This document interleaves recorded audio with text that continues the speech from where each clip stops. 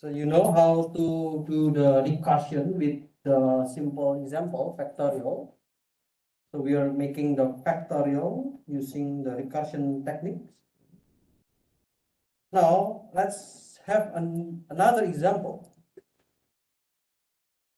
We are going to search a number. So basic or simple search function is like this one. Let's say I have this data. So let's say this is in the list. Okay. And this is index 0, index 1, index 2, index 3, index 4, index 5, index 6, and so on. And suppose we want to search a number 22.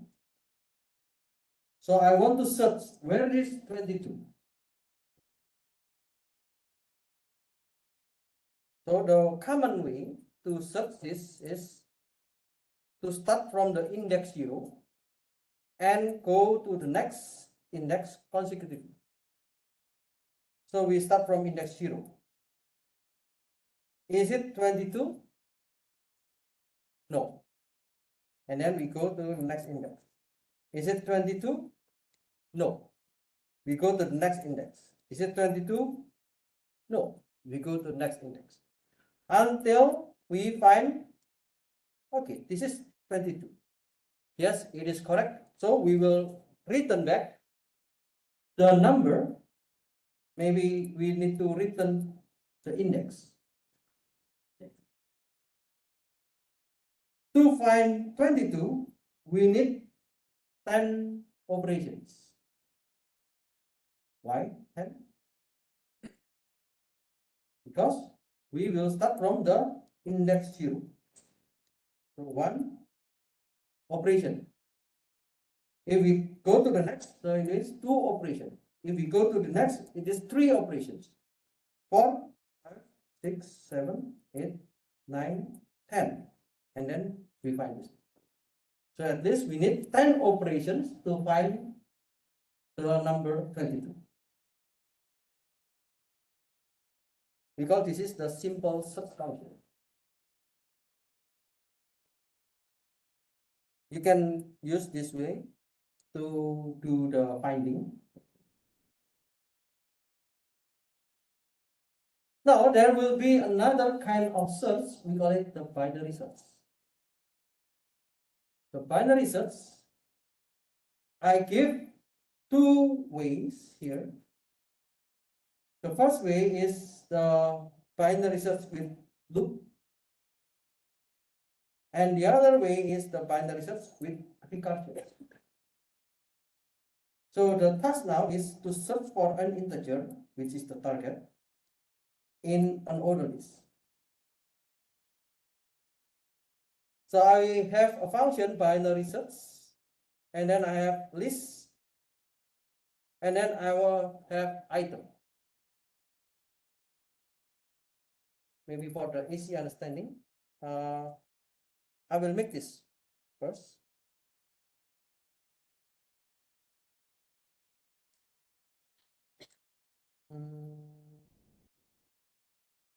Okay, let me make a new Python. Let's make this as the recursion. Okay.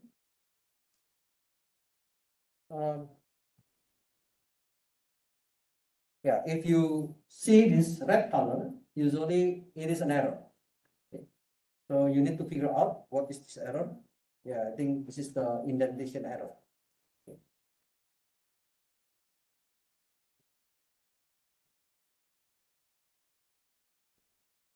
Okay. So I can use this way to find some kind of data. Let's say this is the n is the number that I want to find, and the data is a list. You can say like the list 01 is, wait, do I have any? Okay. Okay, let me just use this one. Okay. And then I want to find 5 in the list 0, 1.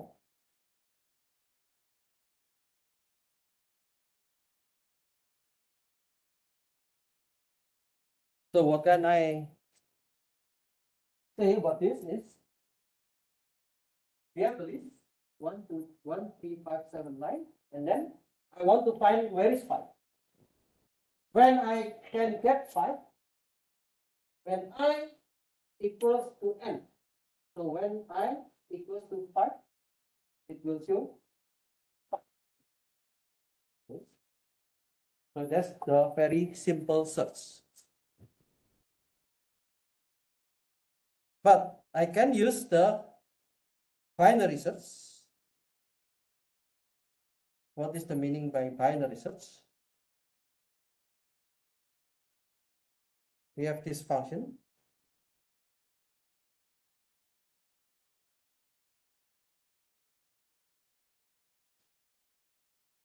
This binary search also need 2 parameters. The first is list and the other is what item that you want to find. And we are going to make the low and high. So the low will start from 0 and the high will start from the length of the list minus 1. Now, if I have this list, what is length? What is the length of this one?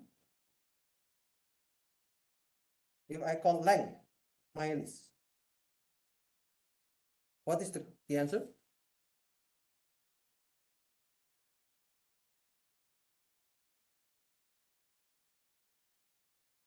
5. Okay, we have 5 items. 1, 2, 3, 4, 5. Okay, then the length will be 5. If I want to search the numbers, so I need to use the index, and the index will be from 0 until the length, which is 5 minus 1. Okay, because this will be index 0, 1, 2, 3, 4. So the low index will be from 0 and the high index will be the length of the list minus 1. And I will do the loop. As long as the low is less than or equal to high, then I will check the mid value. The mid value will be the low plus high divided by 2. You still remember what's the meaning by this? Slash.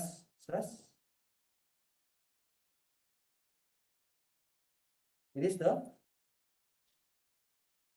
integer division. Okay, I want to get the value as integer. So if I have 5 divided by 2, then the result will be 2. Okay, not 2.5. And then I will make the guess equals to the least one in the position of the mean. If the guess already equals to the item, let's return the mean or let's return the index value. If the guess is higher than the mean, then let's make the high equals to the mid minus 1.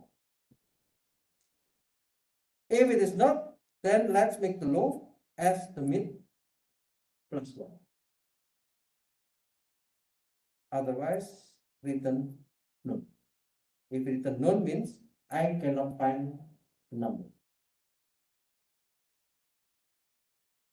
So if I run this,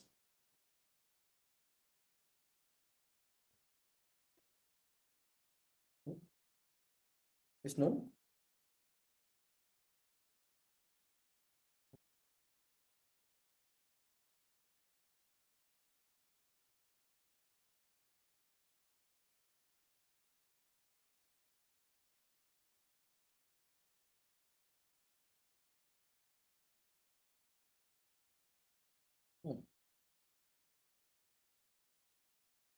What is the mistake?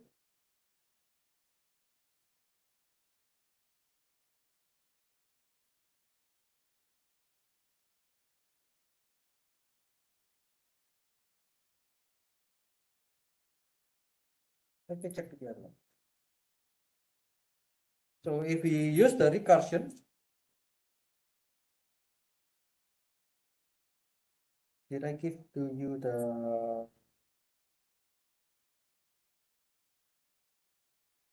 I didn't give the code. Okay, I will check later. So if I do with the recursion, the idea is similar with this one, but we use recursion like this one. If low is higher than high, it return false. And then mid is low plus high divided by 2. So it is the same with this one. And then let's check. If the target is equal to the data mid, so it's the same with this one. If the target or the item equals to the guess, this is the data mid. The data mid, it means the list on the mid. Okay. So return true. It is written true, it is written mid. Else if the target is less than the data mid, so if the guess is higher than item, then we will go to the binary search and we have the data and we have the target is still the same, and now the low and the high will be updated. What does it mean? We have 4 parameters. The data will be here, the target will be here, the low will be here, and now high will be updated.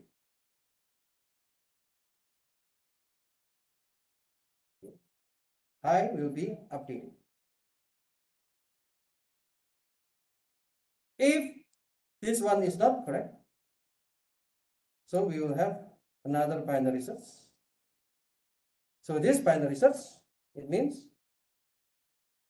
we will go to the data for the remaining data, and then the target will be the target here, and then the mid plus high will be the new low, and the high will be the new high. Maybe I can show you the visualization like this one.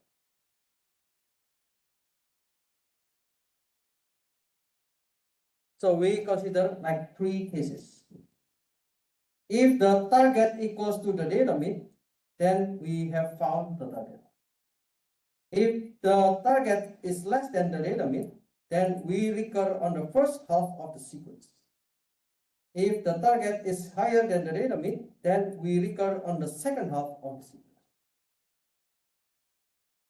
Like this one. I have this list, okay? 2, 4, 5, 7, 8, something. And then let's say I want to find the, okay, I want to find 22. Okay. So I want to find 22. The first part, I want to determine where is the low. So the low is in index 0. And what is the high? The high is the length. Okay. The length of the list minus 1. So it means 50. And then I will determine the mid. The mid will be low plus high divided by 2.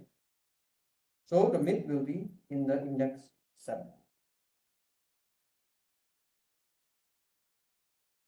So I will check if the mid equals to 22 or not. 14 equals to 22. No. Then I will check, is the mid is lower than 22? Yes. If the mid is lower than 22, then we recur to the second half of the sequence. So we will just go to this one.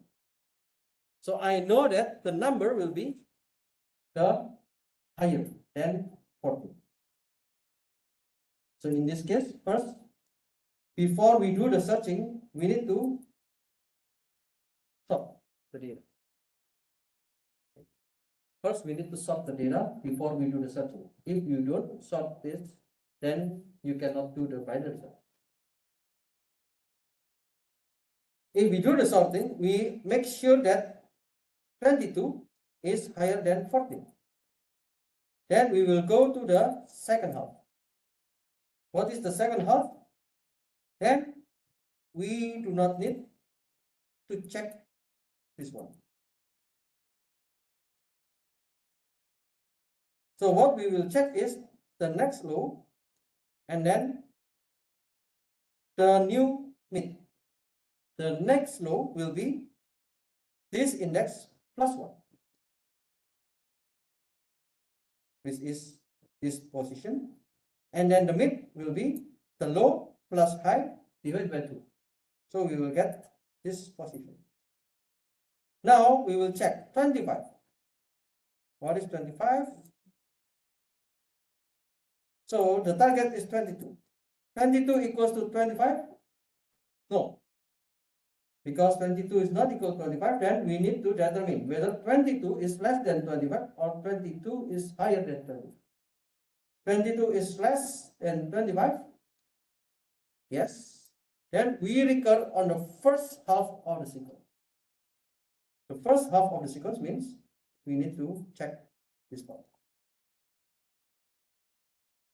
Then we will have the next low, the next high. After we have the next low and the next high, we can determine the next mid. After we have the mid, now we will check again. The target is 22. Now is 19. 19 is the mid. So 22 is higher or the 22 is equal to 19? No. 22 is lower than 19? No. 22 is higher than 19? Yes. So we recur on the second half of the sequence. So we will check this one. At the end, because we have remaining of this one, so low will be in this position, high also will be in this position, and then the mid will be in this position. So I guess there's something wrong with my code here. I will check it later. I don't know what's the wrong. Maybe the wrong part is here because the low will be equal to the mid, it will be equal to the high. Now the concept of the binary search is we can find 22 with only 4 operations. This is the first, this is the second, this is the third, this is the fourth. Okay. With the first one, when we do with this one, how many operations do we need? We need 10 operations. We need to check one by one. 1, 2, 3, 4, 5, 6, 7, 8, 9, 10 to know that it is equal to 22. But with this one, we need to have only 1, 2, 3, 4 steps or 4 operations. So in this case, the problem with the binary search, we can find 4 operations. So this big O, if you still remember, the big O notation will be based on this problem.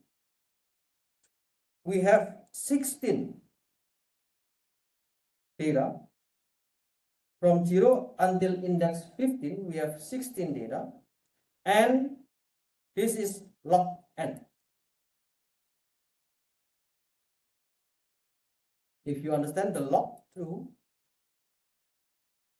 Okay, log base 2 of 16, and it will be approximately 4.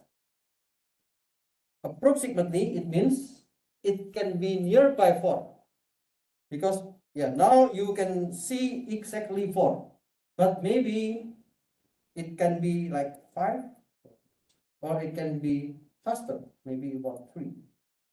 So there is no exact answer, but for this problem, yeah, we luckily find 4 operations.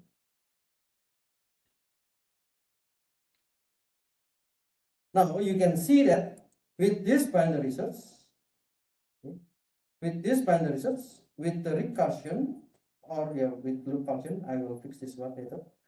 With the recursion, the operation time is better.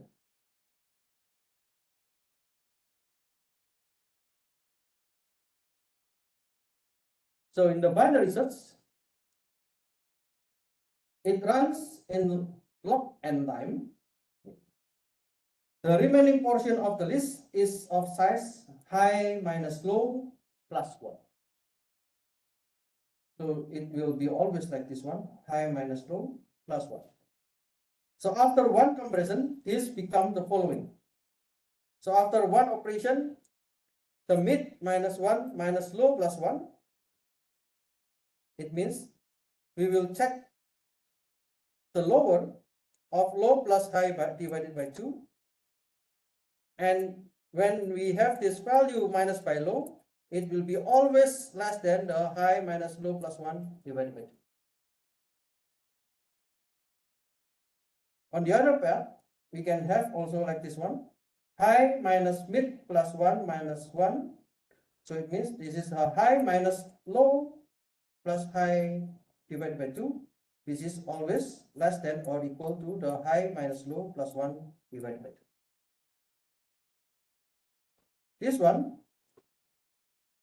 refer to the mid. Okay. This one refer to the mid.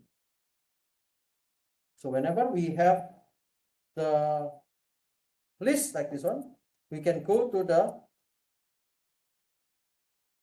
right or to the right sequence. So if it is this one, then it means to the left, and if it is this one, it means to the right. Thus, each recursive call divides the search region in half. Hence, there can be at most log n levels. That's the meaning by the log n in the binary search.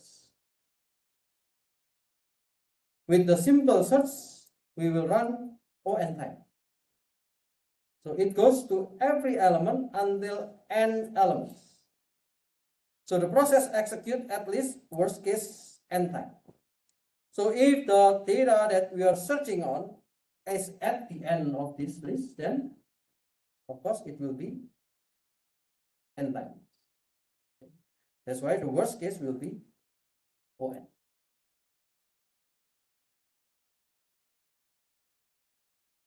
So there are several types of recursion. The first is linear recursion. We call linear recursion test for the base case. So it begins by testing for a set of base cases. There should be at least one. And every possible chain of recursive calls must eventually reach a base case. And the handling of its base case should not use recursion. So the base case should not use recursion.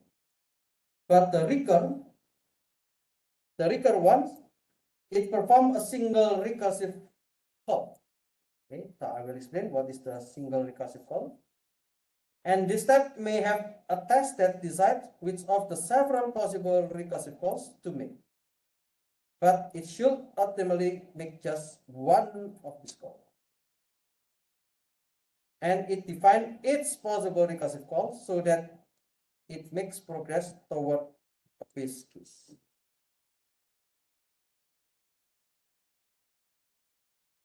This is an example. we want to sum the integer number.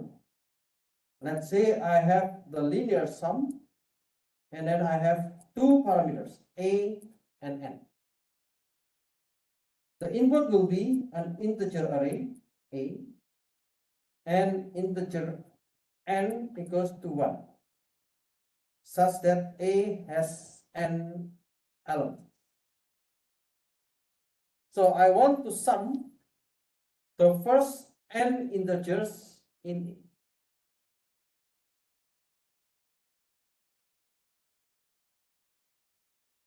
If n equals to 1, then I will return the A0. If not, then I will do the linear sum. A is the parameter, and then n, it will decrease every 1, and then we will check if n can reach 1 or not. So it means n should be less than greater than 1, because in this recursive call we want to reach to 1, and for every time we get this number, it will be added by a n minus 1.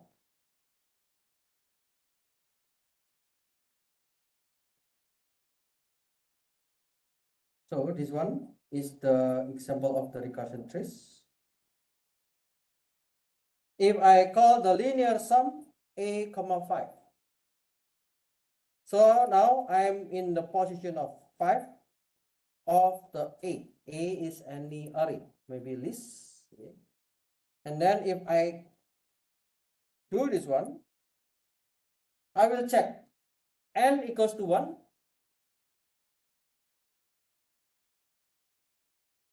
Now n equals to 5.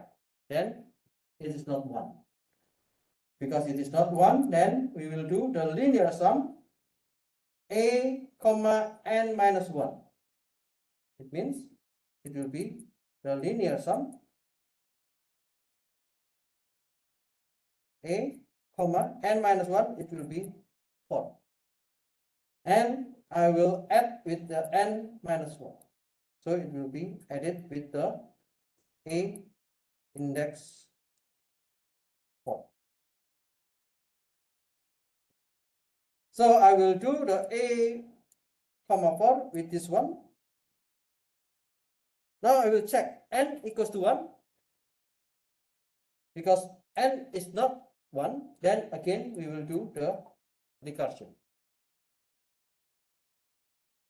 So we call this is linear recursion because we have only one.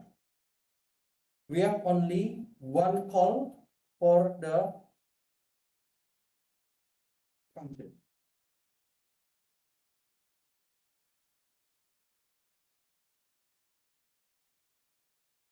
There is another example how to reverse an array.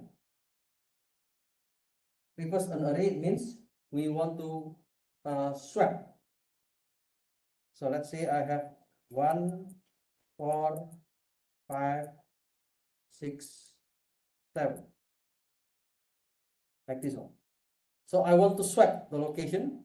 So the position will be 7, 6, 5, 4, 1. So I need to check for every index and then I can swap it.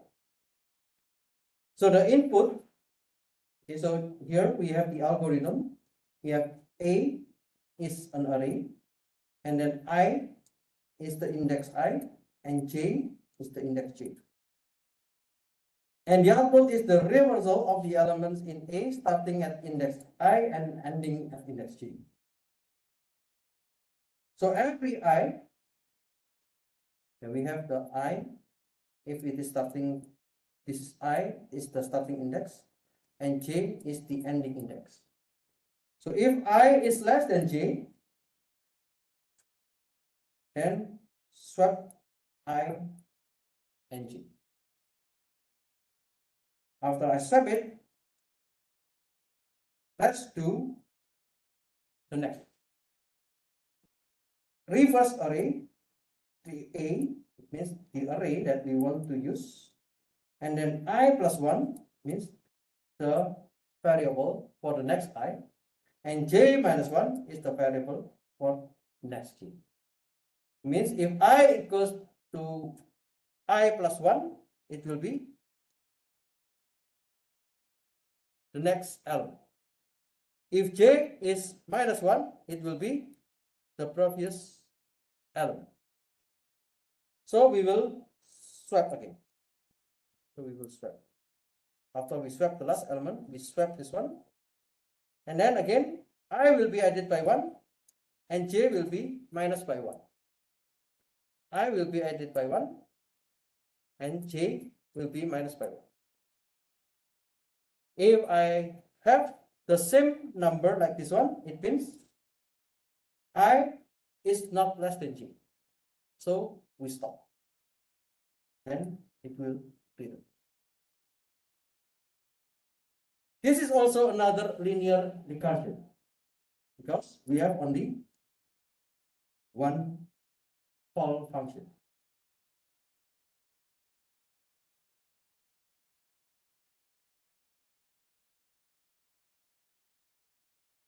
So we can have this reverse with this code. In creating the recursive methods, it is important to define the methods in ways that facilitate recursion. This sometimes requires we define additional parameters that are passed to the method.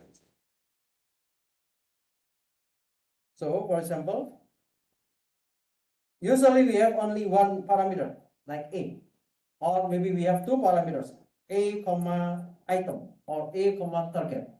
But you can have more parameters, a comma I comma j. You can also define a comma I comma j comma k. Okay, so you can define more parameters. So in this case, the Python version will be something like this one. Okay, you can try to deal with this one later. You can try with Python. So stop minus 1, it will be swap. So start will be equal to the stop minus 1 and stop minus 1 will be equal to the s stop. And then we can do another reverse.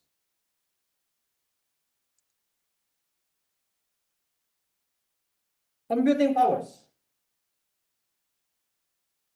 The computing powers means I want to know the power function x comma n. If I have x comma n means I want to do the exponent x exponent n. It will be 1 if n equals to 0. Let's say if I have 3 power of 0, it is 1. So if n now is 0, then let's put it 1. But if n is not 0, then let's do this one. Okay. X will be multiplied by the function p x comma n minus 1. So this leads to a power function that runs in O(n) time. We will do every time n is not equal to 1. We can do better than this one. How?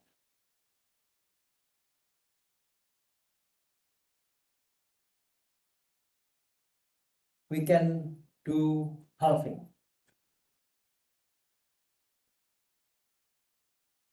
We call it this is halving. We can make half by we can derive more efficient linearly recursive algorithm by using repeating square. If the x is odd, we can use this one. If the x is even, we can use this one.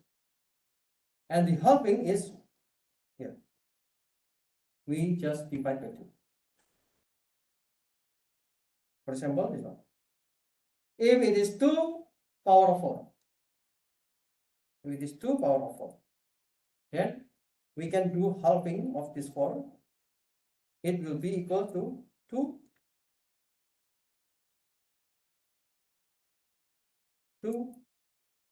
power of 2.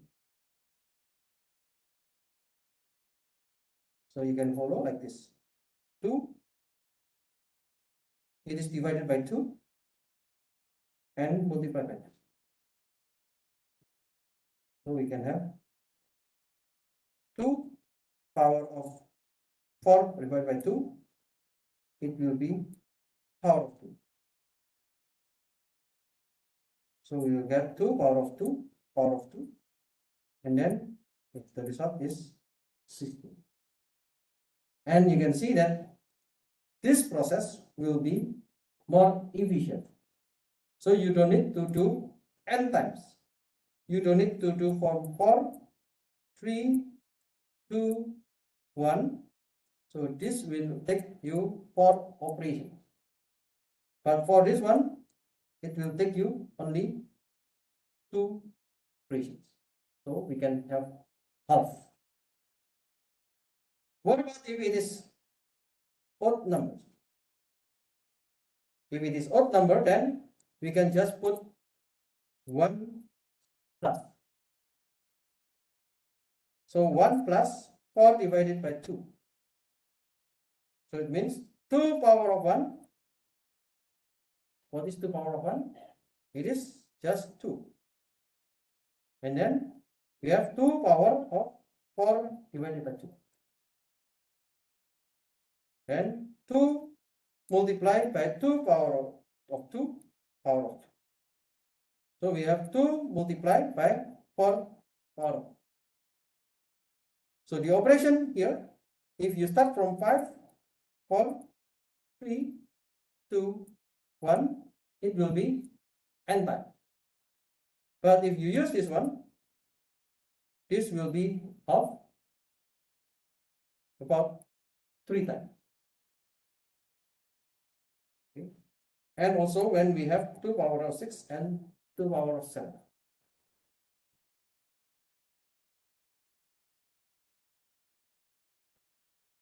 So we have the squaring method. If n equals to 0, then return 1. If n is odd, then we have y equals to power x n minus 1 divided by 2. So we can use the written x multiplied by y multiplied by y if it is odd. If it is even number, then we have y equals to power x n divided by 2. Now you can see that this is still linear. In the linear recursion, we just have only one call function. Okay.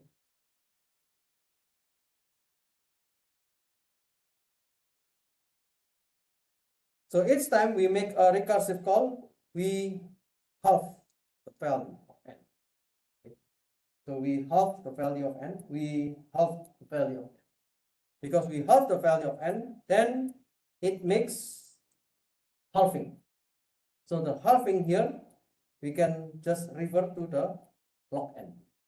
This is approximately recursive calls. So that is, this method runs in O log n time. So it is important that we use a variable twice here rather than calling the method twice. You can use the power, you can use just the common way, power x comma n like this one, but it will be n times. If you split between odd and even, now it will be more efficient.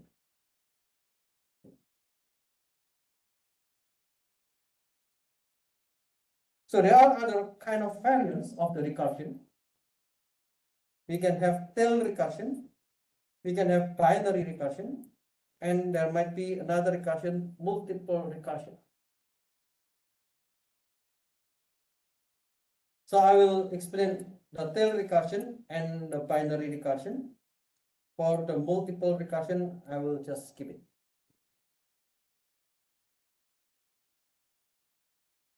So the tail recursion occurs when the linearly recursive method makes its recursive call as its last step.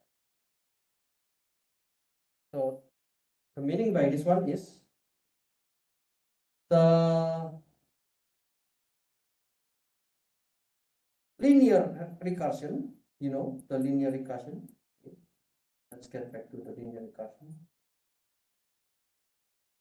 The linear recursion, we have the base case and we have the recursive with a single recursive call. And this recursive call should make a progress toward the base case. And if it is a tail recursion, then it is a linear recursive method that makes its recursive call as its last step.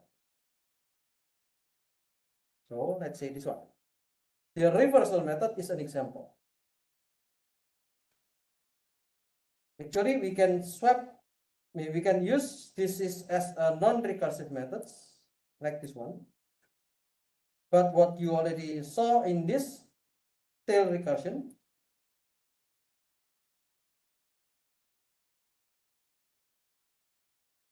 we put this as the end of the every of this step. We put this is as the end of the recursion, then we call this is the tail recursion. Because we put this is at the end, we call this is the tail recursion.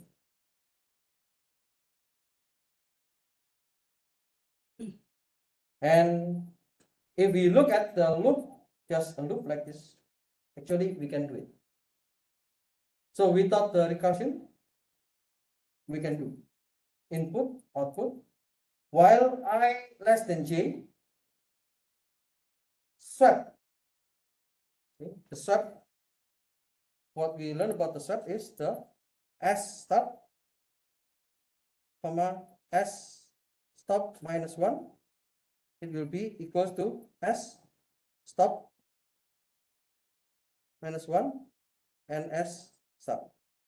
So we will just swap. And then we can add I plus 1 and we can just make j plus minus 1. So actually this is also the same.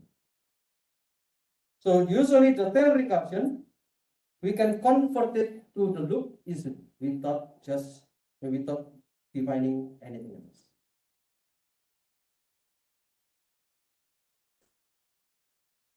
Oh, okay. So this is the binary recursion. I will explain on Wednesday what is called.